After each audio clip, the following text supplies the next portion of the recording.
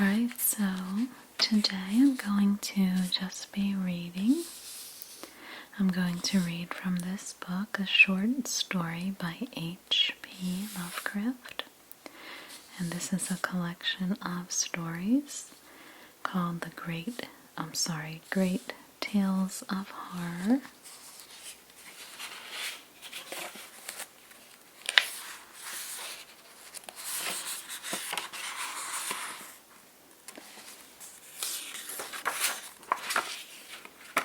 So there's a lot of different stories here. Today I'm going to be reading The Music of Erich Zann.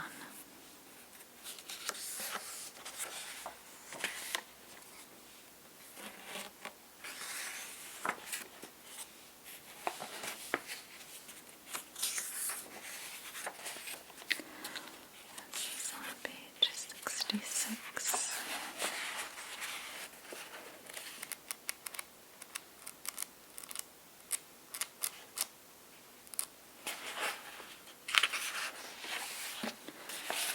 Okay, here we are. And it begins, I have examined maps of the city with the greatest care, yet have never again found the Rue d'Ossel. Not sure if I'm pronouncing that right. These maps have not been modern maps alone, for I know that names change.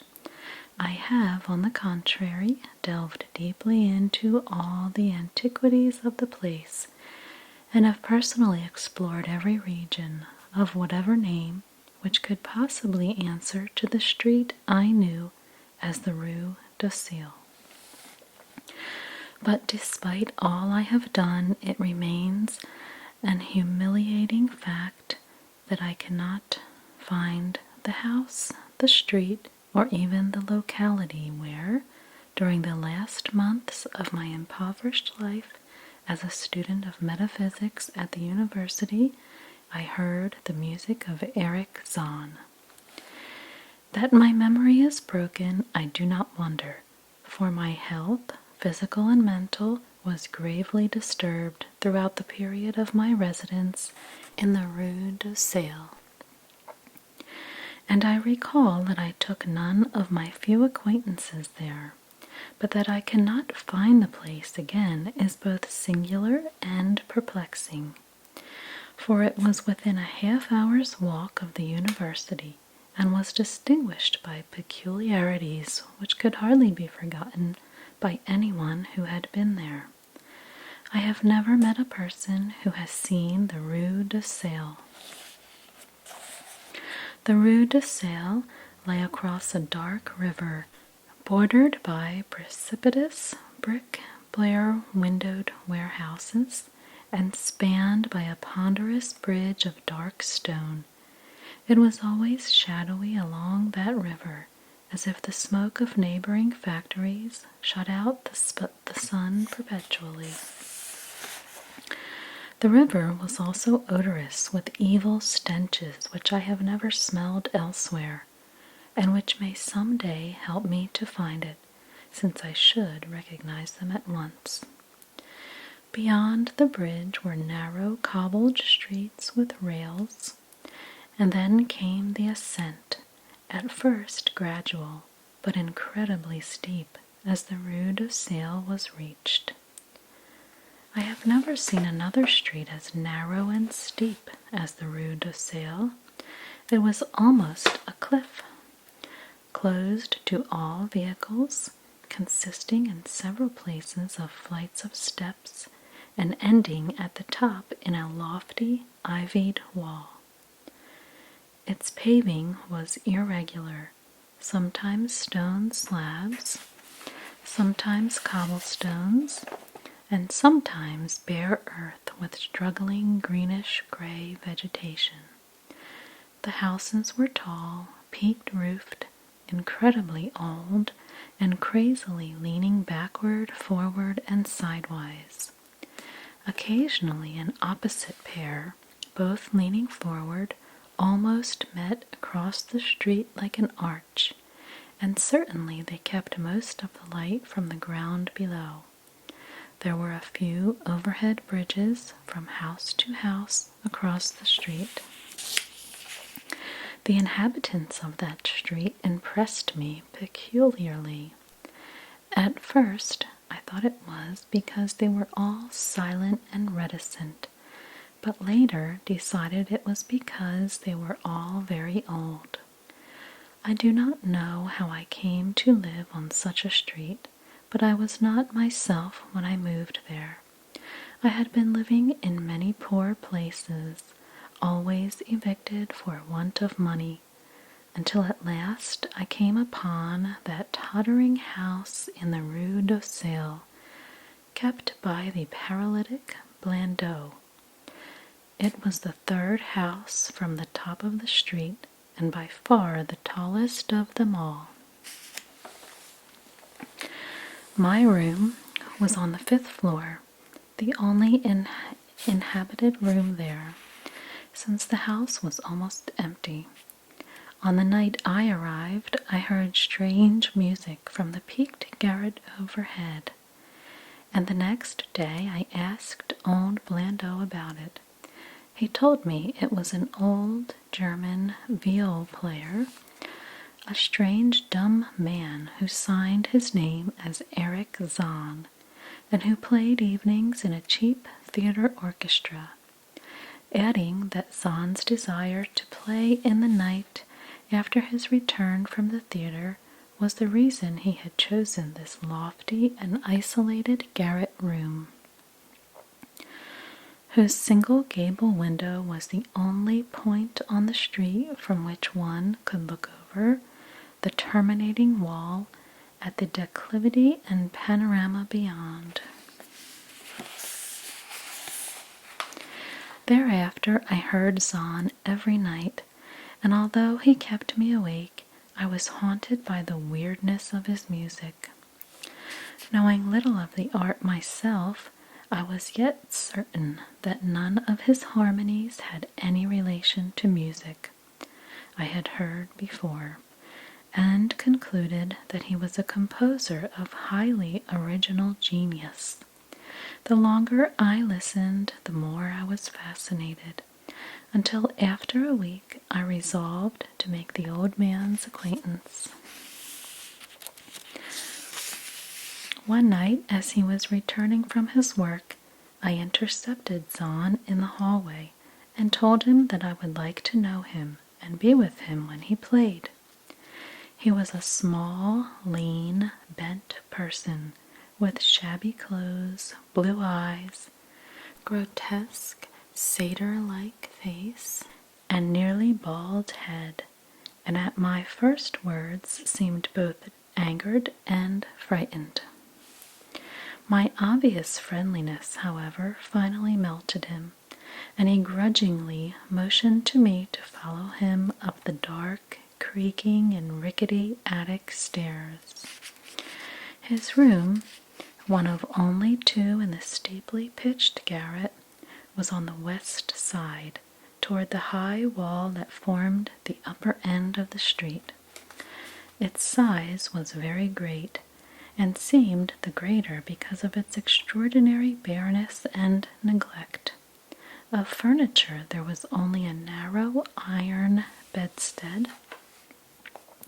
a dingy washstand, a small table, a large bookcase, an iron music rack, and 3 old-fashioned chairs. Sheets of music were piled in disorder about the floor. The walls were of bare boards and had probably never known plaster, whilst the abundance of dust and cobwebs made the place seem more deserted than inhabited. Evidently, Erich Zann's world of beauty lay in some far cosmos of the imagination. Motioning me to sit down, the dumb man closed the door, turned the large wooden bolt, and lighted a candle to augment the one he had brought with him.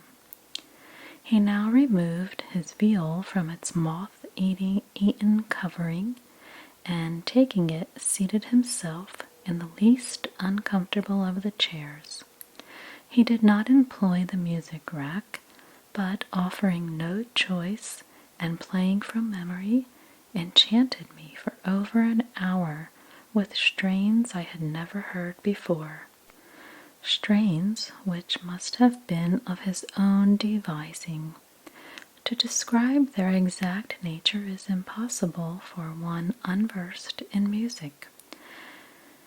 They were a kind of fugue with recurrent passages of the most captivating quality, but to me were notable for the absence of any of the weird notes I had overheard from my room below on other occasions. Those haunting notes I had remembered, and had often hummed and whistled inaccurately to myself. So when the player at length laid down his bow, I asked him if I would render some of them. As I began my request, the wrinkled satyr-like face lost the bored placidity it had possessed during the playing, and seemed to shew the same curious mixture of anger and fright which I had noticed when first I accosted the old man.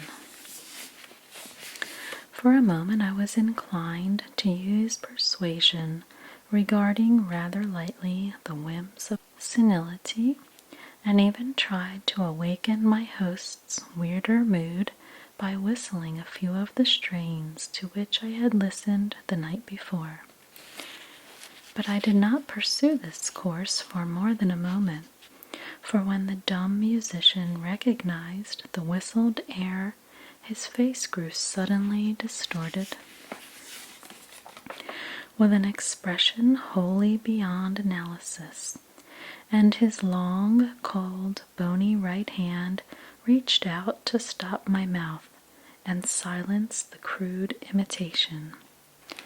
As he did this, he further demonstrated his eccentricity by casting a startled glance toward the lone curtained window, as if fearful of some intruder. A glance doubly absurd, since the garret stood high and inaccessible above all the adjacent roofs, this window being the only point on the steep street, as the concierge had told me, from which one could see over the wall at the summit. The old man's glance brought Blando's remark to my mind, and with a certain capriciousness I felt a wish to look out over the wide and dizzying panorama of moonlit roofs and city lights beyond the hilltop, which of all the dwellers in the Rue de Sale only this crabbed musician could see.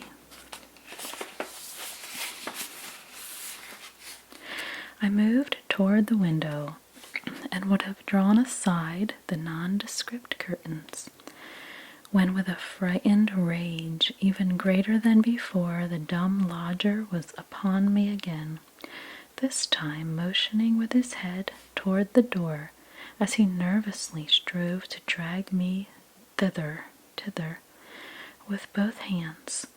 Now thoroughly disgusted with my host, I ordered him to release me, and told him I would go at once. His clutch relaxed, and as he saw my disgust and offense, his own anger seemed to subside.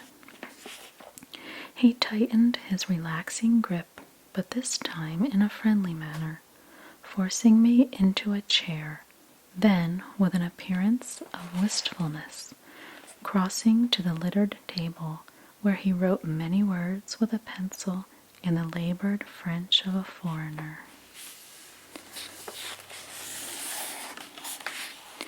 The note which he finally handed me was an appeal for tolerance and forgiveness.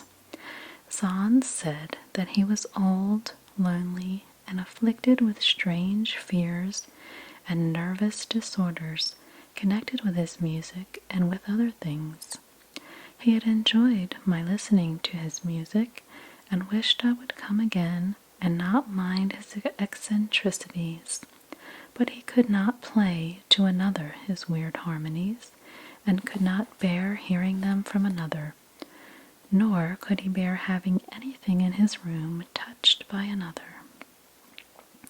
He had not known until our hallway conversation that I could overhear his playing in my room, and now asked me if I would arrange with Blandoe to take a lower room where I could not hear him in the night. He would, he wrote, defray the difference in rent.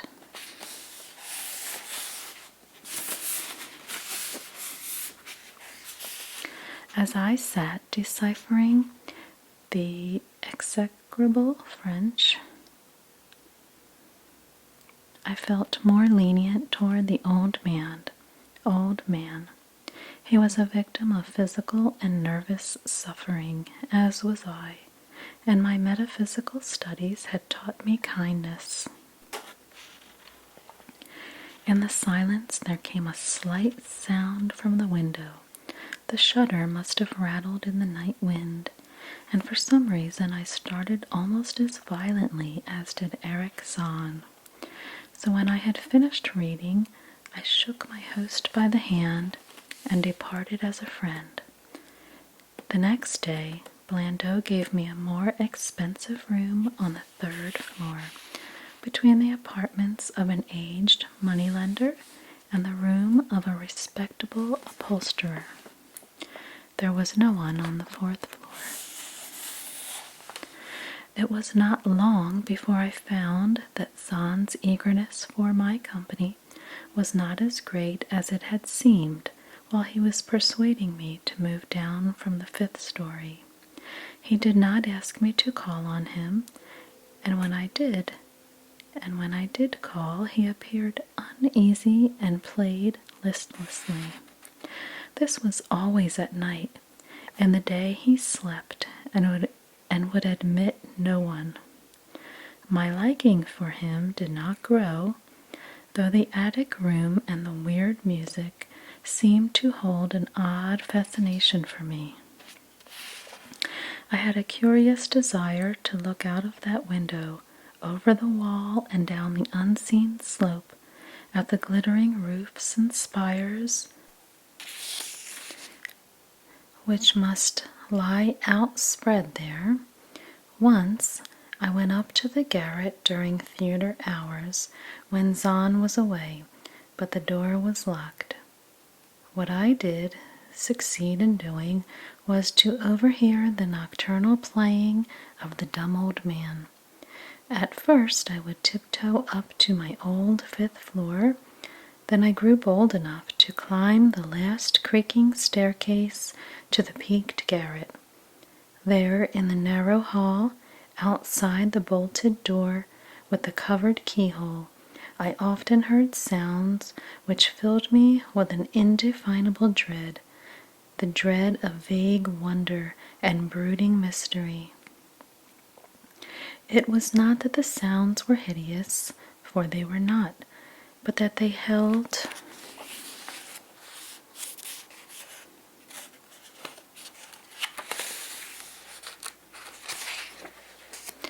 vibrations suggesting nothing on this globe of earth, and that at certain intervals they assumed a symphonic quality which I could hardly conceive as produced by one player. Certainly Erich Zann was a genius of wild power. As the weeks passed, the playing grew wilder, whilst the old musician acquired an increasing haggardness and furtiveness pitiful to behold. He now refused to admit me at any time, and shunned me whenever we met on the stairs. Then one night, as I listened at the door, I heard the shrieking viol swell into a chaotic babble of sound, a pandemonium which would have led me to doubt my own shaking sanity had there not come from behind that barred portal a piteous proof that the horror was real, the awful inarticulate cry which only a mute can utter, and which rises only in moments of the most terrible fear or anguish. I knocked repeatedly at the door, but received no response. Afterward, I waited in the black hallway, shivering with cold and fear, till I heard the poor musician's feeble effort to rise from the floor by the aid of a chair. Believing him just conscious after a fainting fit, I renewed my rapping, at the same time calling out my name reassuringly. I heard Zann stumble to the window and close both shutter and sash, then stumble to the floor, which he falteringly unfastened to admit me. This time his delight at having me present was real, for his distorted face gleamed with relief while he clutched at my coat as a child clutches at its mother's skirts.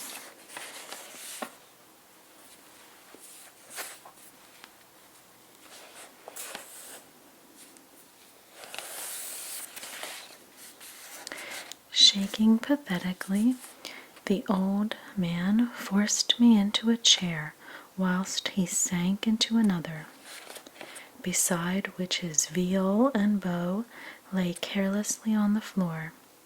He sat for some time inactive, nodding oddly, but having a paradoxical suggestion of intense and frightened listening. Subsequently, he seemed to be satisfied, and crossing to a chair by the table, wrote a brief note, handed it to me, and returned to the table, where he began to write rapidly and incessantly.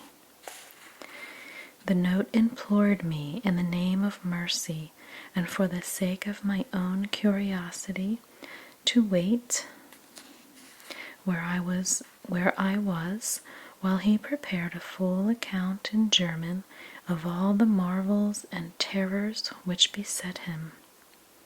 I waited, and the dumb man's pencil flew.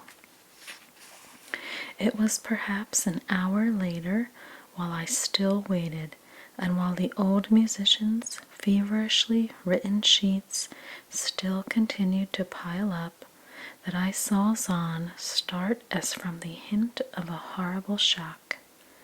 Unmistakably, he was looking at the curtained window and listening shudderingly. Then I half fancied I heard a sound myself, though it was not a horrible sound, but rather an exquisitely low and infinitely distant musical note, suggesting a player in one of the neighboring houses, or in some abode beyond the lofty wall over which I had never been able to look. Upon Zann the effect was terrible, for dropping his pencil suddenly, he rose, seized his viol, and commenced to rend the night with the wildest playing I had ever heard from his bow, save when listening at the barred door. It would be useless to describe the playing of Erich Zann on that dreadful night. It was more horrible than anything I had ever overheard, because I could now see the expression of his face, and could realize that this time the motive was stark fear. He was trying to make a noise, to ward something off or drown something out. What, I could not imagine. Awesome though I felt it must be. The playing grew fantastic, delirious, and hysterical, yet kept to the last the qualities of supreme genius which I knew this strange old man possessed. I recognized the air. It was a wild Hungarian dance popular in the theaters, and I reflected for a moment that this was the first time I had ever heard Zann play the work of another composer. Louder and louder, wilder and wilder, mounted the shrieking and whining of the desperate viol. The player was dripping with an uncanny perspiration and twisted like a monkey, always looking frantically at the curtained window. In his frenzied strains, I could almost see shadowy satyrs and bacchanals dancing and whirling insanely through seething abysses of clouds and smoke and lightning. And then I thought I heard a shriller, steadier note that was not from the viol, a calm, deliberate, purposeful, mocking note from far away in the west. At this juncture, the shutter began to rattle in a howling night wind which had sprung up outside as if in answer to the mad playing within.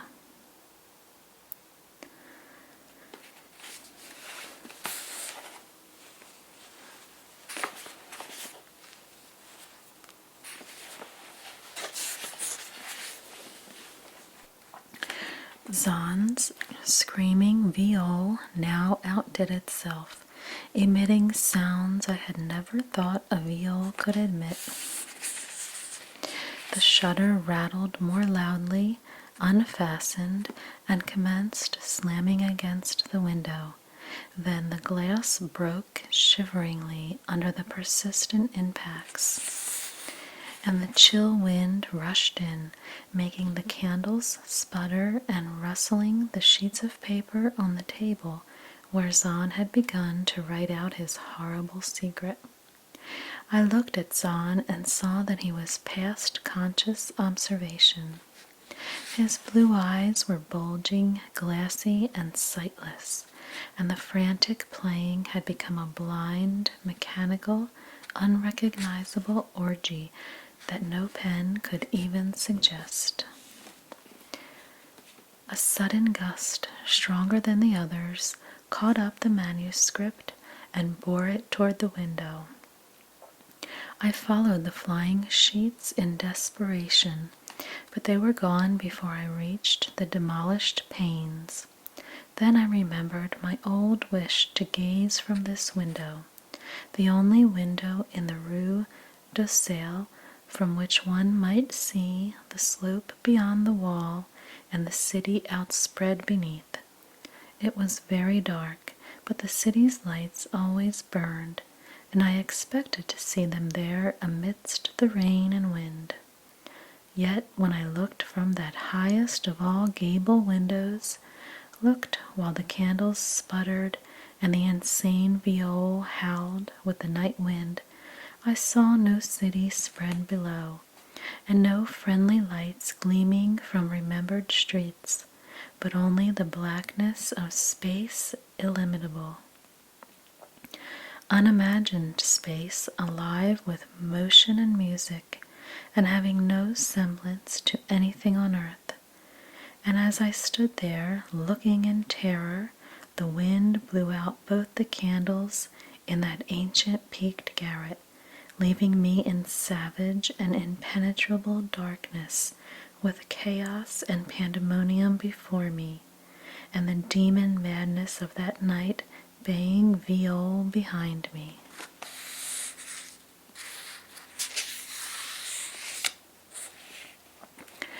I staggered back in the dark without the means of striking a light, crashing against the table, overturning a chair, and finally groping my way to the place where the blackness screamed with shocking music.